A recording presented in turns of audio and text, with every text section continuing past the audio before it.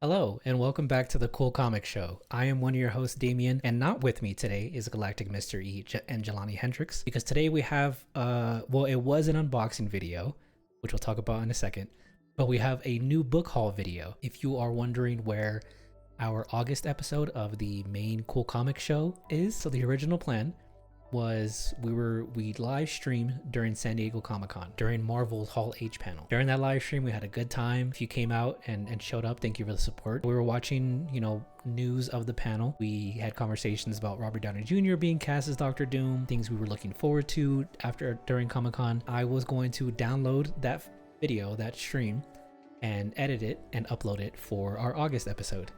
Unfortunately, I didn't do it in time before the VOD expired. So that's on me. So we don't have that VOD, unfortunately. But again, those of you who were there, thank you for showing up. Overall, our main thoughts, specifically for Robert Downey Jr., is we're cautiously optimistic. There's already been a lot of conversation by this point about, him being casted and that whole everything around it. For Comic-Con itself, I was mostly excited for DC Comics, all the stuff they were announcing, all the Absolute Universe stuff they were talking about, everything like that. So that part is cool. We did get a new trailer for Creature Commandos and the reveal of DC's new/old logo, the bullet logo. That'll be fun. We lost that stream. So if you were there, you enjoyed it. I'll be smarter next time. Our next full episode will be the first Saturday of September, like every other month. But going back to this video, as I mentioned, this was going to be an unboxing. However, I did record that unboxing. You can see the box back there. I opened it up. It was a whole thing. I'll just have you guys take a look. Just take a look. Yeah, so for that stream for Comic-Con, I had to change my whole setup on OBS, the recording. It's a whole thing. I mistakenly put my microphone audio on one track and didn't change my recording. I fucked it up, basically. So I recorded myself for 30 minutes where I could see my levels, my microphone levels, but the actual recording didn't save. So I thought about, what if I just did a voiceover of myself and re-talking about everything that I did? But I feel like that would have been kind of weird to kind of do. I was like, fuck it, why not? Let's just re-record it. So I don't have the actual unboxing. It was just me just cutting open, the box and going through all of that. These are my first books that I've gotten since I moved from California to Colorado. I wasn't buying books a couple of months before the move, and then now a couple of months after, just for saving money and everything. I'm very excited to go through these with you guys again. For any of these books, if you guys would like to see a My Cool Books video, which is where we kind of dive deeper into the book, we open it up, go through the pages, and talk about a little bit more. Just let us know in the comments which one you would like to see. Let's go through these books, talk about why I'm excited to read them for the first time or for the second, third, fourth, fifth time, and go through each one. Okay, so first up, we have Wonder Woman, the Hiketeia Deluxe Edition. This was a short story written by Greg Rucka with art by J.G. Jones, Wade Vaughn, Graw Badger, and Dave Stewart. This was a short story that Rucka wrote that kicked off his first run on Wonder Woman, a very acclaimed run. Wonder Woman by Greg Rucka Omnibus just got announced last couple weeks. So of course, right after I buy this, that whole book gets announced, which will have this book included. I'm definitely going to buy that Omni, obviously, but to give you a little bit of synopsis, Wonder Woman faces off against her Justice League companion Batman. An ancient, long-forgotten ritual, the Hiketeia, you let me know how it's pronounced. An ancient, long-forgotten ritual bonds Diana to a young lady from Gotham City with a deeply troubled past.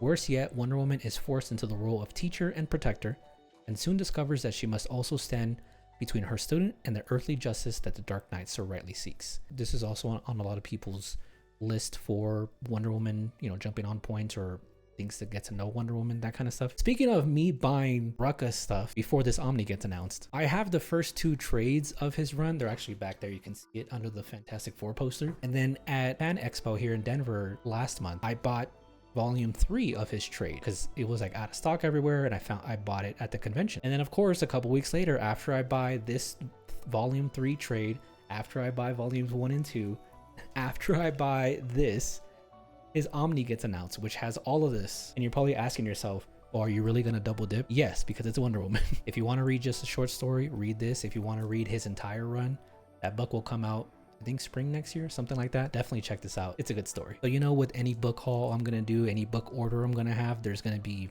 more than one Wonder Woman involved if I don't have it already. This is Wonder Woman Historia. If you guys remember the best of 2022 video that I did, Wonder Woman Historia was my number one for that year. This book is the hardcover, which collects all 3 issues. This is written by Kelly Sue DeConnick, with art by Phil Jimenez on the first issue, Jean Ha on the second issue, and Nicola Scott on the third issue. So you're probably thinking, oh, what is it? What is Historia? Is that Wonder Woman on there? This is probably one of the better Wonder Woman adjacent stories. Not even adjacent. I say that because Diana's not in this book. She's in the book at the very end as a baby. This book is about her mom, Hippolyta, how the Amazons came to be, their interaction with the gods. Artemis kind of has a pretty significant role in here. It's such a great story. The writer, Kelly Sue DeConnick, she has said that she has like, I think six to 9 more issues planned out if DC approves those, and I assume obviously Diana will be there. But if you're a big fan of this kind of art, the art in this book is insane. I'll put some screenshots on the screen for you guys. Artwork is insane. Story is really cool if you want to know more about the Amazons and Hippolyta and the Mascara, Paradise Island, kind of all of that. Definitely recommend Historia. I know the Paradise Lost TV show on HBO got announced by James Gunn. There are people hoping or assuming or just hoping that it takes from these issues, and I hope so as well, because if this gets adapted, people will fall in love more with the Mascara if they're not already. So definitely recommend Wonder Woman Historia. Hopefully we get some more issues. Again, my number one story book for 2022 when it originally came out. Okay, a little bit of a switch over to Marvel. We have the Young Avengers. So again, in that stream that we lost the footage, he was talking a lot about how, the Young Avengers and things they can potentially do down the line in the MCU. So I picked up a copy for myself. E has a copy. I think Jelani, I don't know if Jelani has read it or not. I haven't read it at all. But this is the Young Avengers. Has Wiccan, Hulkling, version of Vision on here. Kate Bishop is here. His name's Speed, right? Speed. And then if you've seen Captain America and the Winter Soldier, Isaiah Bradley's grandson is on here. This was their run from 2005. Different writers on here. Alan Hemberg, Zeb Wells, Brubaker. A lot of people that worked on it. This also includes the Children's Crusade story where Scarlet Witch gets involved. Marvel could potentially be doing in the future, maybe. Check out the Young Avengers. Okay, that was our one Marvel book. The rest are all DC. Next up, we have The Flash by Mark Waid Omnibus Volume 1. I am a fan of Wally West. This is a Wally West Flash run. If you watch the TV show, if you watch certain movies, that's usually Barry Allen. Wally West was the Flash I grew up with. I've read bits and pieces of this specific run. I wanted to read it for a long time, and then when this book got announced, it took me a while to get it. It came out last year, but I was excited to get it. I believe Volume 2 got announced already. But yeah, this was Wally's run in the 90s where he is the Flash after, spoilers, Barry dies. A lot of the Flash media in modern time takes some of these stories and kind of puts them onto Barry a little bit, but Wally West is a lot of people's favorite Flash, especially if you grew up with the old animated show or if you just read these books in the 90s. The Flash by Mark Waid, Omnibus Volume 1. If you're a fan of Wally West, pick up this book. All right, next up we have The Question Omnibus Volume 2 by Dennis O'Neil and Dennis Cowan, which I believe one of the artists creators during the Milestone run. I have Volume 1 back there on my shelf, but this is Volume 2. So The Question, if you're unfamiliar, Vic Sage, he's detective, noir, conspiracy theorist kind of character. This was through the 90s. I have started the first 4 issues of Volume 1.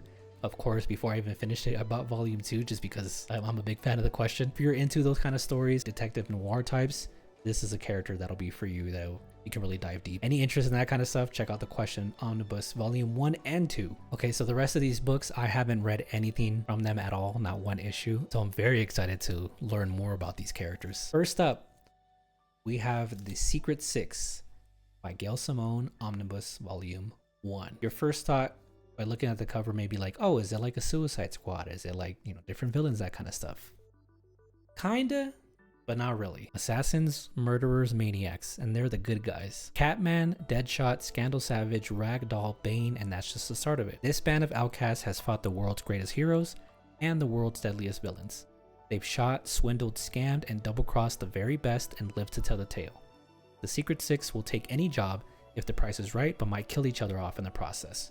So they're more of a mercenary type. I've watched videos of this book specifically, like the breakdown, the design, the pages, everything like that. It's such a well-designed book. And after it got announced and after I saw the book came out, it got me interested because when it first got announced, I was like, Secret Six. I never was really too much into them.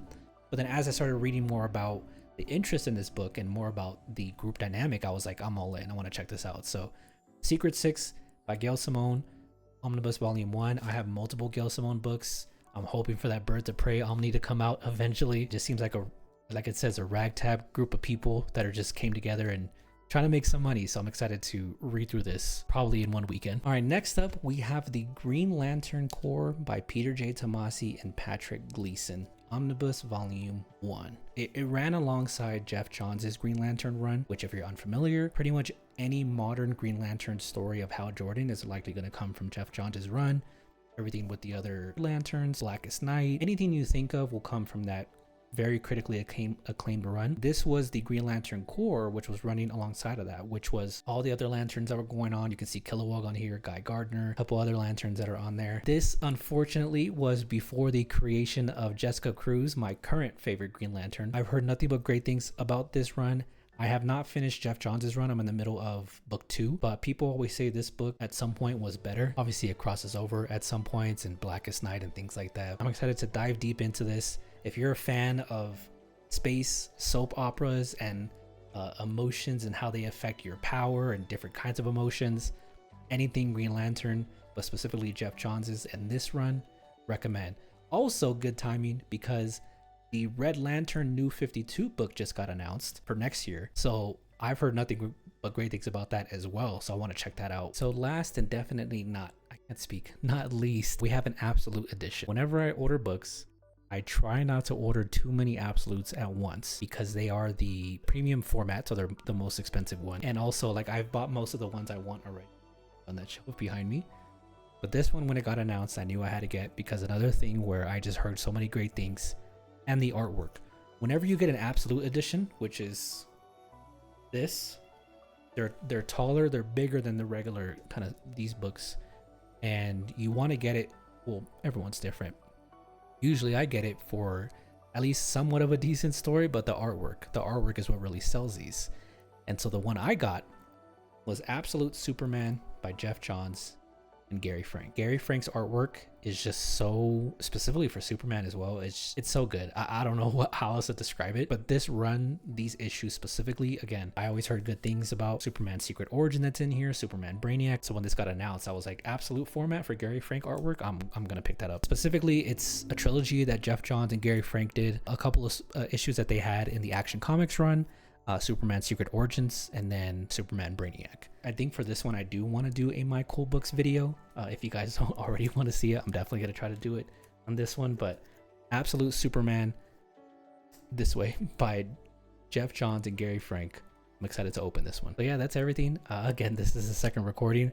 I apologize again for not having the footage from the stream, and I apologize for not recording my audio the first time around. If any of these books you guys want to see a My Cool Books video, which again, we open up the book, we dive deeper into it, we talk a little bit about the plot and some of that stuff, let me know in the comments what you want to see, what you want to check out. Thank you guys for watching. Thank you for supporting. Again, the next full video or full main show that we have will be uploaded the first Saturday of September. That will be all three of us talking about all the news and everything like that up until then. But I'm definitely going to try to get some My Cool Books episodes up for you guys before then. So thank you guys for watching. Thank you for supporting, and we'll see you next time. Okay, bye.